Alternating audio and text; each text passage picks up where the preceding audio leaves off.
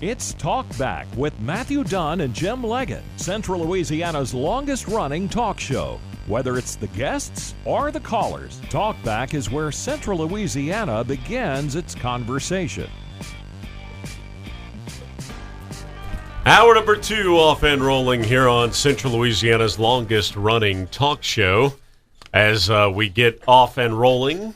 And before we get to the mayor and introduce Mayor Clarence Fields, you know, Jim and I, no shirt is safe. I was out there. I went and used the restroom real quick, washed my hands, and then I always do hand sanitizer after that because I'm a little bit of a germaphobe. So as soon as I squirt the hand sanitizer, it goes all over my $90 polo shirt. Then Jim, who kind of snickered at that, spills coffee down the front of his shirt. We are a mess here. Well, it's Tanya's fault. Yeah. She threw away my cup, and so I got a new one, and it's real tight. And She's a cup killer. Yeah, it's a cup killer.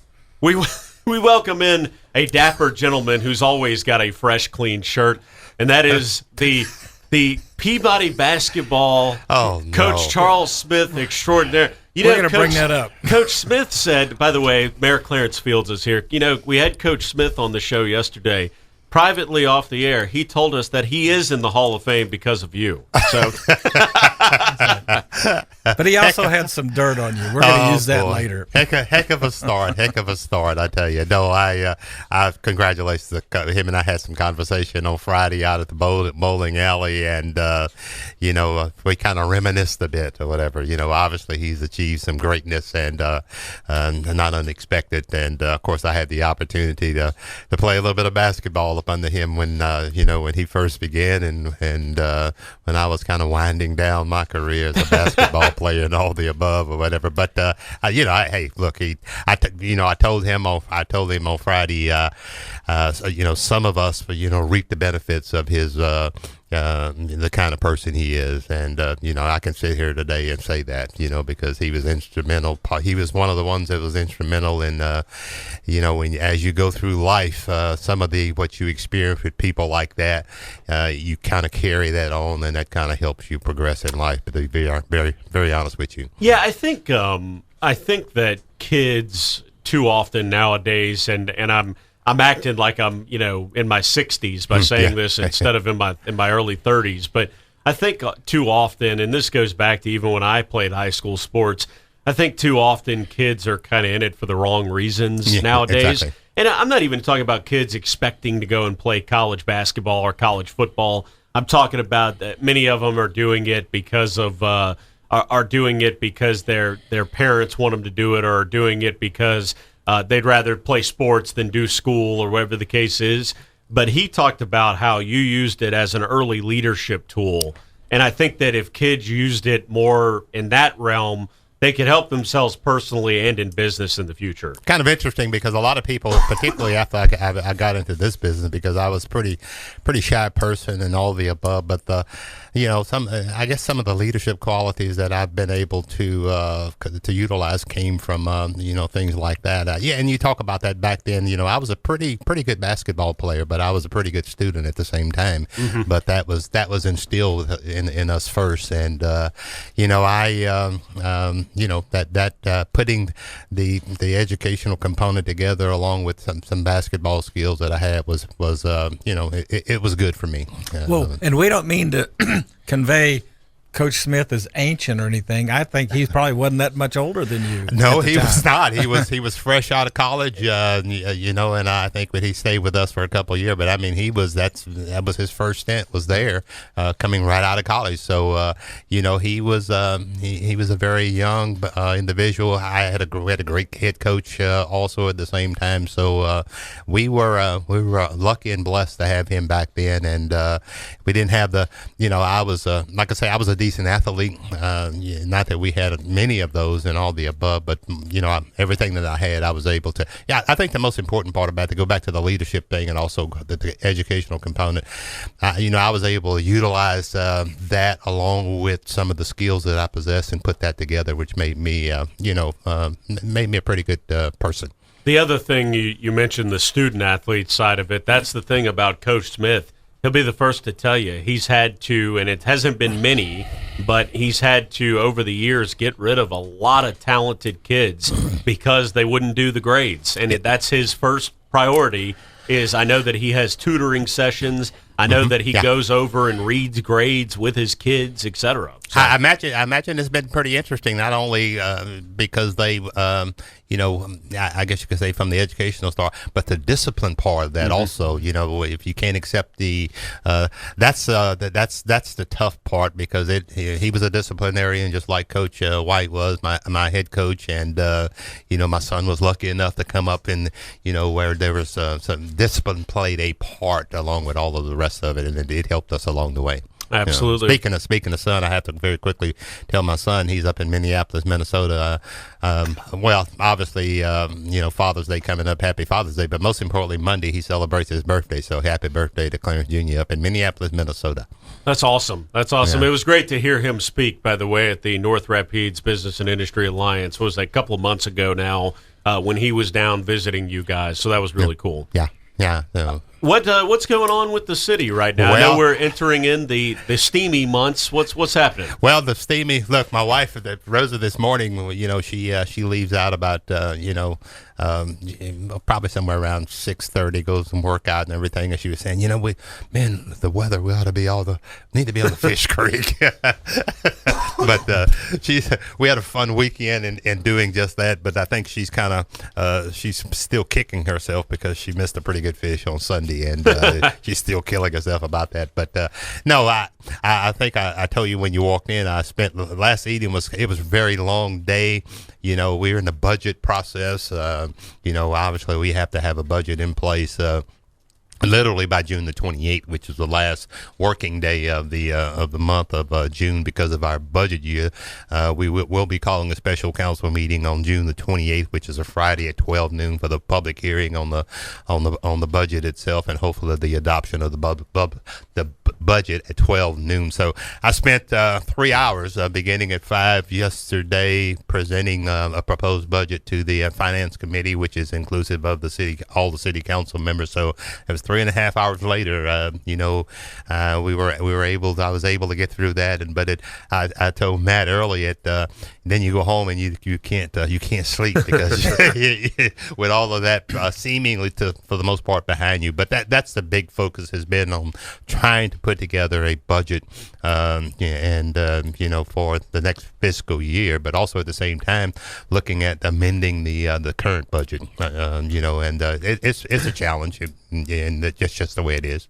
Yeah, I'd imagine when it comes to local municipality budgets, when it's time to propose the new budget, et cetera, is there any areas of contention or anything that were discussed yesterday, or that you feel there might be some questions on, et cetera? Oh yeah, particularly from city council members, revenue is always a concern, and as you well know, we've talked about this. We talk about it, all year long relative to the sales tax. Currently, obviously, we're on the downside when it comes to sales tax.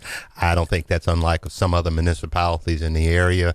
A lot of that has to do with economics and many other reasons, and and then you've got to try to forecast what's going to happen the next fiscal year. It's pretty tough, and that's obviously their attention has been on the revenue itself. Unfortunately, there's things that drive the expenses.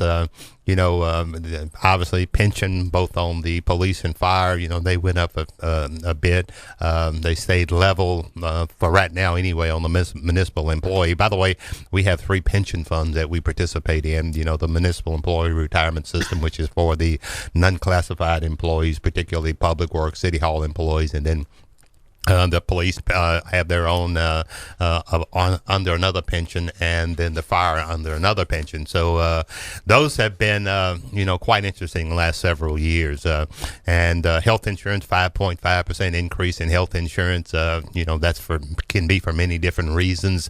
So those that's been the focus of attention, because those are things that you literally, to some extent, don't control. You really don't control them. So then you have to adjust to those, and unfortunately, they go up and the revenue comes down, or the revenue's flat. Right. And so we're looking for ways to offset that. Let's mention something that appears to be on the way up, and I I see this headline the other day. I log on to a website. I see this headline, booze booming in Pineville. So I know that there has been a plethora of daiquiri shops that have sprung up left and right since, of course, Pineville passed the ordinances related to alcohol. I would assume the city officials have to be somewhat encouraged by this momentum, at least that the spirits are carrying. Hey, obviously I've downplayed it relative to the impact it's going to have from a revenue perspective. We don't know yet. We've not really seen those numbers. It's kind of hard when you're flat or you've been on the downside on revenues, and then you don't know what's going to happen there when it comes to sales tax revenues, things of that nature. And then you have this, and it's going to be months down the road before you see what kind of impact that's going to have on you. No, we're encouraged by that. I think we're more encouraged because of we've taken in 10 or 11 facilities into our corporate limits. So the sales tax off of the alcohol sales and potential property tax, things of that nature, we should see the benefits of that. But I go back and say again, that's not our, God forbid, that's not our savior. That's it's gonna help, but we have to look at some other things. I wonder, as it goes up, if it does, and how much, does the city of Alexandria drop by that much? Is it going to be tit for tat? Not necessarily. And that's me saying that. I don't think so. You got to realize some of the surrounding areas, particularly on the north side of the river, whether it's Colfax, places like that, I think we'll see some of the influx from that participating. You will see some participating, potentially coming out of Alexandria, particularly. And then, of course, the other side of that probably is those who live in Pineville who were working in Alexandria and making those stops and going to those restaurants and things of that nature. They'll probably, and we expect that, for them to do that more so in Pineville because of what they're able to do now. So they may see some, but we hope not. We hope the economy and everything else is as fruitful for us as it is and will be for them at the same time. Well, I'm looking for restaurant development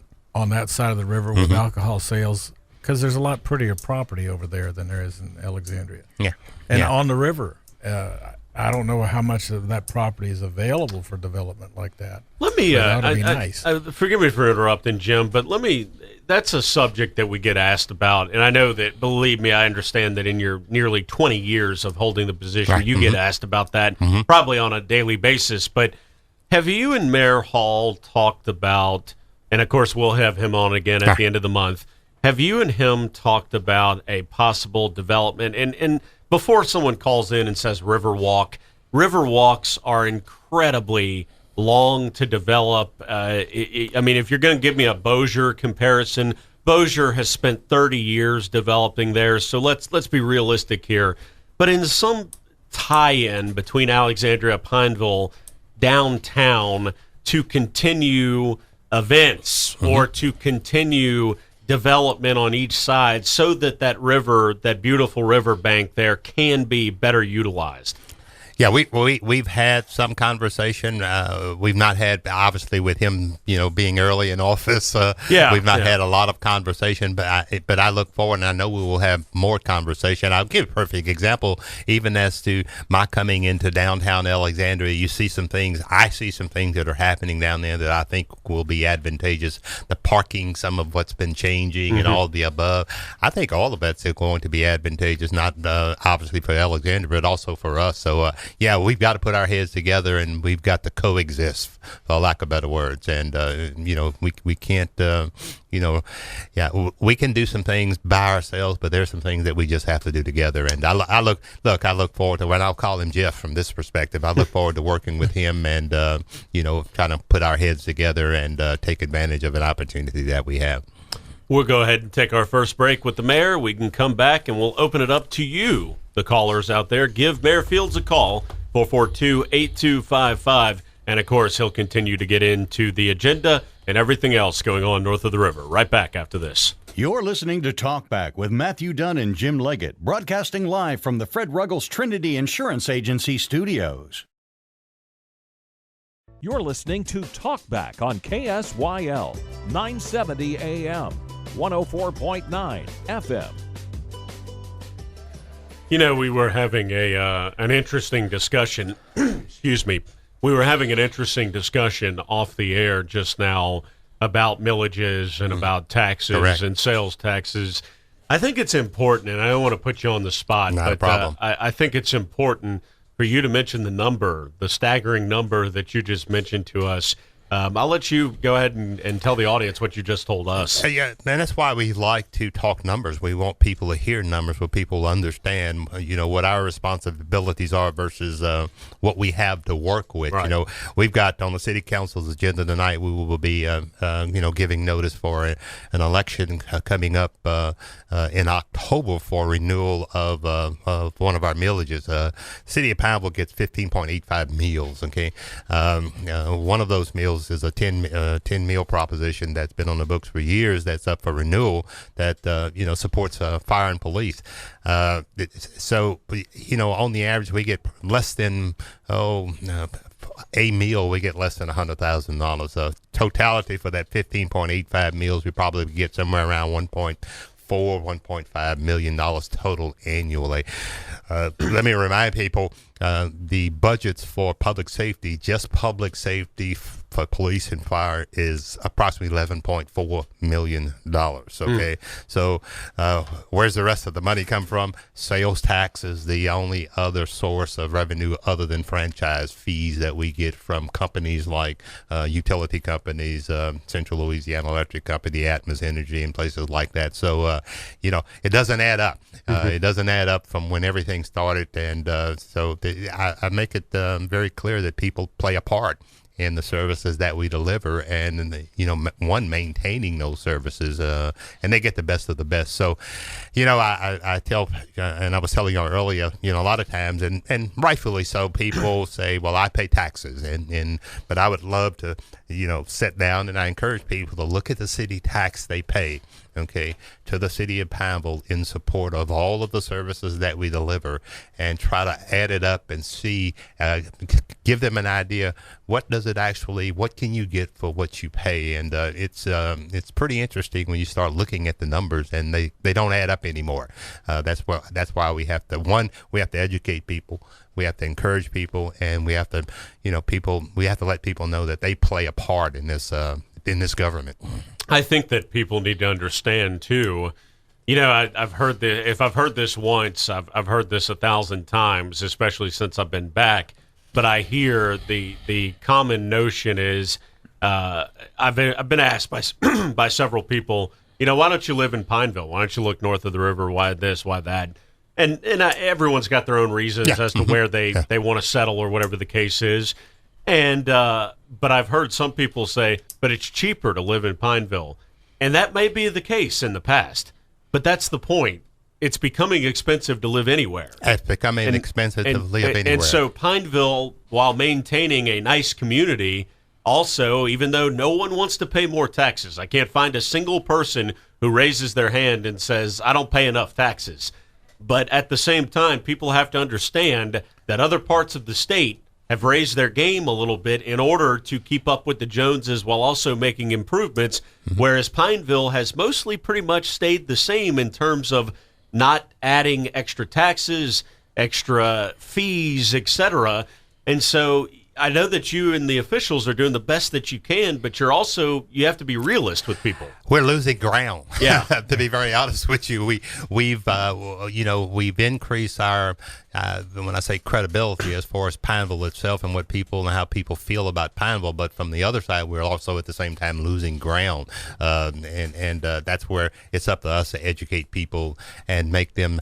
Nobody feels good, like you say, about paying more taxes, so called, but it's it's really not about that. It's supporting, what you currently have. Those folks that protect you each and every day. Those guys on the back of that sanitation truck that twice a week. You talk about how great a job they do, but I tell you, it's a challenge, and they need to be compensated for that. But most importantly, for the services themselves, and when it comes to equipment and things of that nature, those things are not cheap anymore. Let alone those things that we don't control when it comes sometimes to things like pensions and health insurance and things of that nature. Sometimes we just don't control that. It's like people who, and I know that this isn't your example, I'm speaking for myself. Yeah. It's like people who are lock them up and throw away the key type of corrections people out there who want to take someone who smoked weed and throw them in jail for 50 years. And I'm thinking to myself, that's great. How are you going to pay for it? Yeah. That's you're putting the parish, the municipalities, and just about everyone else out there, and there's only so much we could already incarcerate. That's my analogy with the whole situation of you want these services, you want nicer parks, you want a clean community, you want good water, you want good electricity. That's great. Who in the hell is going to pay for it? So anyway, let's take some phone calls. Okay. Good morning. You're on the air with the mayor. Hey, Mayor, how you doing? I'm great. Want to congratulate you on your years of service for Pineville. I love it. Thank you. But I want to ask you a question. As far as the alcohol in Pineville I noticed that they are selling alcohol down on 28, right there by Arby's and all that now. Is that true? And I'll take my answer off the air, sir. Yeah. Okay. Thank you for the call, sir. Yeah, that's correct. And when he says, when he's pinpointing Arby's, across from Arby's is East Side Daiquiri Shop.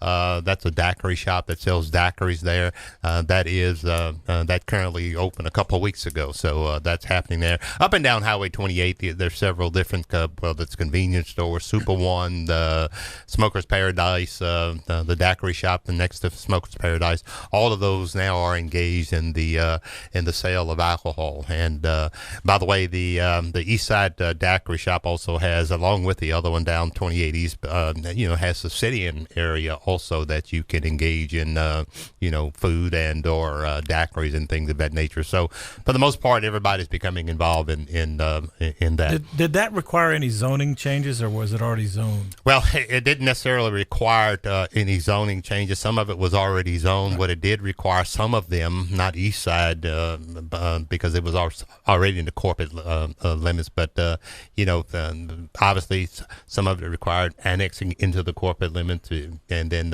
some zoning issues come with that and all the above. For the most part, some of them, some that were outside the corporate limits may have required some zoning, but those things were easily taken care of, and you just follow the rules, and it gets accomplished. Let's take another phone call. Good morning. You're on the air with the mayor. Hi, Mayor Fields. How you doing? Morning. I was just curious about the future transportation planning of the city. Mm-hmm. Between Highway 165 and 167 through the downtown area, I just wondered if there was any plans to maybe more efficiently link the two.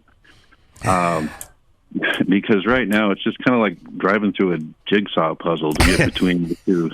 And it's probably, I understand it's probably because the town was built a lot, before the two freeways were put in. And there's a lot of, there's the railroad, the college and the mental hospital grounds complicating things. But I do the commute from 28 East to the Shreveport Highway VA Hospital, and that's not very far as the crow flies, but to get there is just to cut through a bunch of residential streets and veer over here and cross traffic, and it just seems like it could be something a little more efficient. I agree. It's caught up with us, to be very honest with you. We did not plan adequately years ago. I'm not blaming that on anyone, and now it's caught up to us, and now we're looking for ways to try to alleviate some of the issues that now we're dealing with. Yeah, you have to know your way around and look for alternate routes and all the above, because particularly coming from the east and 165, like you were saying, it gets pretty interesting from a traffic perspective. obviously that's growth in those outlying areas that's coming to work through Pineville, Alexandria. A lot of the issues that we deal with are issues that we have to deal with the Department of Transportation and Development, DOTD, and we're looking at ways to try to alleviate that. Military Highway near Greenwood Cemetery, trying to redo that and go to a probably an at-grade crossing instead of that railroad crossing. That may help some, but otherwise it's we're looking at other ways to try to alleviate some of the traffic issues that we're dealing with.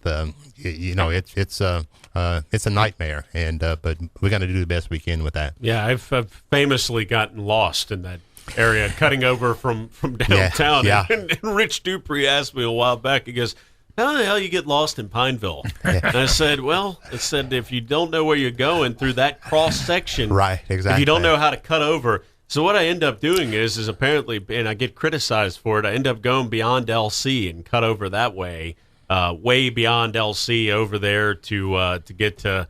Oh, I don't even know what I'm talking about. But anyway, I get lost when I try to cut through. And back to the gentleman's question and concern, one of the keys that we've been looking at, I don't know, maybe in our lifetime, is trying to connect Highway 28 East to 165.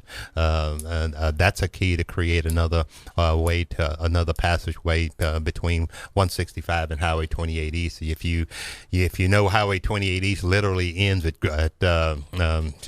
Donahue Ferry Road, and if there was a way to go through there and connect to 165, that would take some of the pressure off also. Other than just imagine at one time the railroad wanting to close a couple crossings, which would really have devastated us in the city of Pineville, because that would cut off the ability of people to be able to make those connections. But hopefully there's some other things that can get accomplished. I also encourage people to utilize 165 as much as they possibly can too now with the new bridge. That may be underutilized for the most part, but the key, like the gentleman said, is getting there from let's say Highway 28 East. And unfortunately for us, it doesn't take but one bridge to shut down or have an issue, and it really becomes a nightmare. So it's something that we're always working on. We're behind. Let's go ahead and take our next break with the mayor, and we'll let the mayor get back into the agenda right after this. The phone call still welcome, 442-8255. You're listening to Talkback on KSYL, 970 AM, 104.9 FM. Shout out to Chase out there who sends me a message about the mayor clicking a pin, and it just says, click, click, click, click. That's what he wrote. I knew exactly what he meant, and the mayor knew exactly what I meant. They took it away from me. We took away the clicking pin and gave him a pin that does not click. And it wasn't me either. Yes, it was not Jim. For once, Jim is the innocent party here as we're continuing with Pineville Mayor Clarence. I feel like I'm being scolded by my wife, Oh, man. By the way, we look forward to seeing you at the Cenla Chamber of Commerce Busy Awards on Friday night, as you and Mayor Hall will be the presenters or the MCs for the great event at the Holiday Inn in downtown Alexandria. So we're looking forward to that. I know that we've got to get back into the agenda. So I know back to the budget, back to everything we're working on. What can we expect tonight? What we will do is the Finance Committee will hopefully, like they did in the meeting last night, make a recommendation to through the pen to make a recommendation to the entire council tonight for introduction of the budget and their approval of the proposed. Anyway, understand. There are two things that will happen, or items that are on the agenda relative to the budget.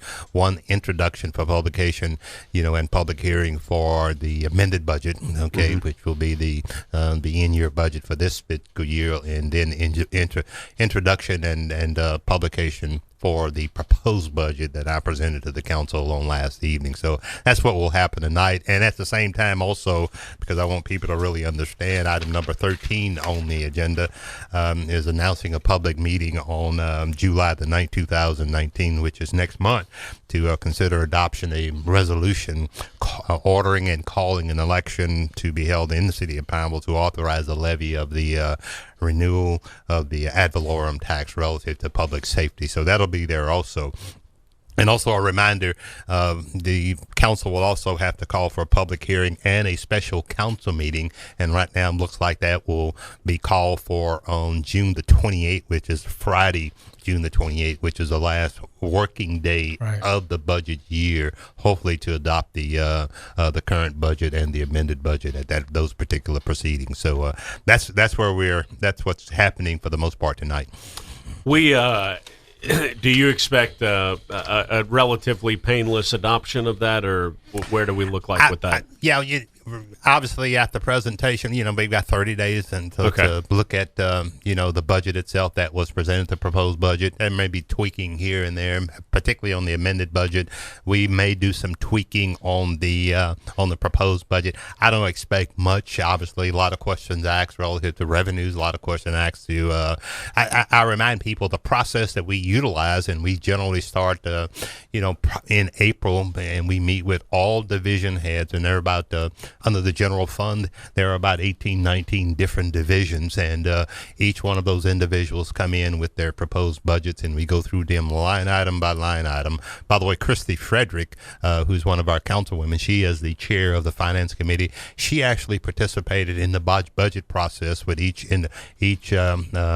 division, all except one. So she's taken a lot of her time to do just that. So that way it gives the council another perspective in that they have a council member who's looking at the everyday operation and all of the line items and all the above. So no, we don't expect a whole lot of changes with the proposed budget, but there probably potentially could be some.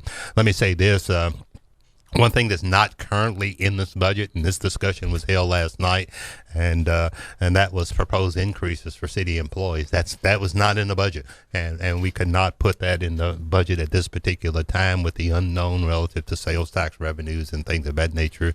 We will hopefully end with a fund balance of about $600,000. Now, I remind you that's not a lot of money when you're working with a general fund budget of about almost $18 million but the good thing, the blessing is you're still on the plus side.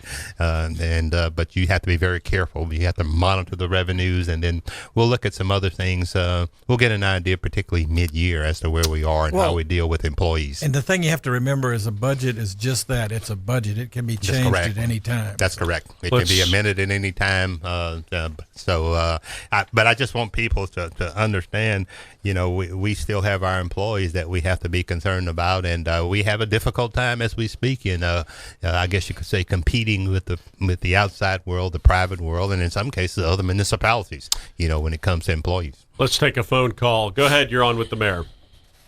Morning, guys. I'm not sure if y'all may have covered this or not. I haven't been able to listen to the whole show, but I have a question about where Edgewood and Military Highway meet, where the funeral home is right there. Quite a while back, several months ago, I guess, they put these yellow dividers up where in the middle of the road to kind of, I guess, keep people from cutting short on that curve, which I understand that. But now there is a huge pothole on the right side. Exactly. And I mean, I think it would damage, especially a lower car that doesn't have much clearance, because when you're making that turn, it kind of just pushes you that far out there. I'm just wondering if something could be done about that, either with those markers there or getting that hole kind of filled in. Good. Thank you. Actually, we had that discussion in our monthly staff meeting on last morning and we will be working with. Obviously, that's a Department of Transportation and Development issue or whatever. They are aware of it. They tried something before they put what I call the dividers or the delineators up, but obviously something has to be done now on the shoulders to do something to solve that problem, because as far as damaging vehicles, it came up in our staff meeting because imagine a fire truck trying to make that turn, so it's increasingly a dangerous situation now. But I'm encouraged. I'm in working with DOTD. I'm sure now they have to look at some way to try to alleviate that problem, but it is a problem. Let's take our next call. Good morning. You're on with the mayor. Hey, Mighty Mac, Big Jim, and Mayor Fields. How you all there? Doing great. How about you, Cornelius? I guess I'll make it for old man. Good. Well, I tell you, I was waiting for Coach Smith to lambaste you, but he didn't do it. So I wanted to hear a good story about you, but he just said he couldn't do it. But God bless you, Mayor Fields, and you have a happy and blessed Father's Day Sunday. Okay, thank you. Appreciate it, Cornelius. Likewise. Thank you, Cornelius. Way overdue for our next break. We'll take it and be right back with the mayor. 970 AM, 104.9 FM, KSYL. 970 AM, 104.9 FM, KSYL. Welcome back here to Talk Back. Still 2 more segments and just about 11 minutes of time left in the show. Mayor? Back to the city council meeting on this evening, just to let people know a couple issues that we will be addressing. We've been very aggressive as much as we possibly can be, and still try to display as much diplomacy when it comes to blighted properties, condemnations, and we do have 3 condemnation hearings that will be on that's on the agenda that will be heard on this evening, along with some additional condemnations to be addressed, and we're going to try to address 3 or 4 a month, and however the chips fall, that's the way they have to fall. As people drive around, they'll notice some places that were there or no longer there. That's either the city taking them down or individuals voluntarily taking properties down and things of that nature, and hopefully we can get those properties back into commerce. I'm also working with the gentleman in some cases who's trying to utilize some of those properties and put them back into commerce by building affordable homes and things of that nature. So we're still working toward his efforts in trying to do that. A couple annexations that will appear on there for introduction. One being annexation, 2 pieces of property actually on Highway 165. A piece of property at 2909 Highway 165 between the Word of Grace Church and where the old Exxon was, across from the old Kmart facility. That's been introduced for annexation, with the possibilities of something locating there. We have a pretty good idea what that's going to be. And another piece of property, which some of you will recognize as the old Bonner automotive property on the right-hand side going out Highway 165. That's also being introduced for potential annexation, with the likelihood of potentially something also locating there. So some activity in that area. There's a couple proposed strip malls that are, I guess you could say, on the eve of hopefully getting, started, and all the above in a couple different locations. So things are kind of looking up a bit, and hopefully, those that will continue. So we're kind of excited about that, but we have a ways to go and a lot of work to do, and hopefully we'll see some things happening when it comes to development in the city of Pineville. Yeah, that would be great. And we always ask this question. We'll use this as the last question of this segment. I'll steal Brian's thunder. Any restaurant talk? Anything? There is a restaurant. We're working with a company who's working with us, who we actually hired to go out in the market around the United States and introduce our city to people and get people interested in it. So there's talk that's going on, and hopefully we can make something happen sooner than later. I forbid the next 7 minutes for anyone to call this show and ask about Olive Garden. I'm taking personal privilege on this one. We'll be right back. One more segment with the mayor. 970 AM, 104.9 FM, KSYL. You're listening to Talkback on KSYL, 970 AM, 104.9 FM. Back here, final segment with Mayor Fields, as we'll go right to a phone call. Thanks for being patient. You're on with the mayor. Good morning, guys. Hello. Hey, good morning. Mayor, I'm calling to say happy wedding anniversary to you and Rosa. Oh, wow. Thank you very much. Hi. Was that a surprise to you? Under the bus I went. You better stop by the House of Flowers on the way here, right when you leave here. Look, because I guess I was concentrating on Father's Day and on, hey, June is a special month for us because of obviously Father's Day, son's birthday, but most importantly on June the 21st. 21st is Rosa's and I's anniversary, and our daughter's okay, so it's not today. It's not the day. Okay, but look, she's right. I needed to say something because it'll be gone by the time I come back on next month. So the heck with all the city stuff and all the above. Let me tell my wife, happy upcoming anniversary on June the 21st. So we've been very blessed, and hey, look, it'll be it'll be 44 years, something like that. God bless her. You better get that number down. So happy anniversary to Rosa. So thank you, Miss B. Final minute, Mayor. What else did we miss? Wow, I got, let's see now. Upcoming events. Let's quickly talk Flag Day. Flag Day Friday, there will be an event on the Pineville side at the flagpole down by the river. It'll be an event where we will help celebrate Flag Day, but also the birthday of the United States Army. Right. Okay, and I did not know this until I heard y'all earlier in my pre-listening for the show. I think it's 244 years. Yeah, so that will be from 6 to 10 p.m. On the Pineville Levee. There will be a couple bands down there, Midnight Encore and Poppin' Hooch, and food trucks and some other things to do. Bringing lawn chairs and just I think the weather's going to be great. And just enjoy the evening on the Pineville Levee and helping one, honoring our flag, and two, celebrating the birthday of the United States Army. By the time I get back, fireworks over Beulah, up and coming, and it's obviously going to be on July the 3rd. We always try to hold it the day prior to the 4th of July to give our employees an opportunity to enjoy the 4th of July. Gates open at 4:30. A great band called Deep Play coming out of New Orleans, Louisiana. So awesome!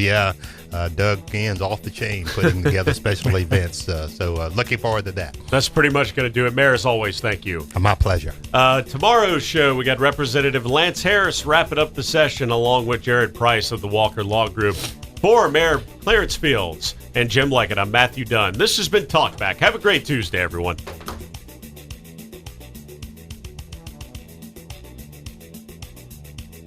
You've been listening to Talkback. The opinions expressed were those of the hosts and callers, and not necessarily those of Cenlaw Broadcasting.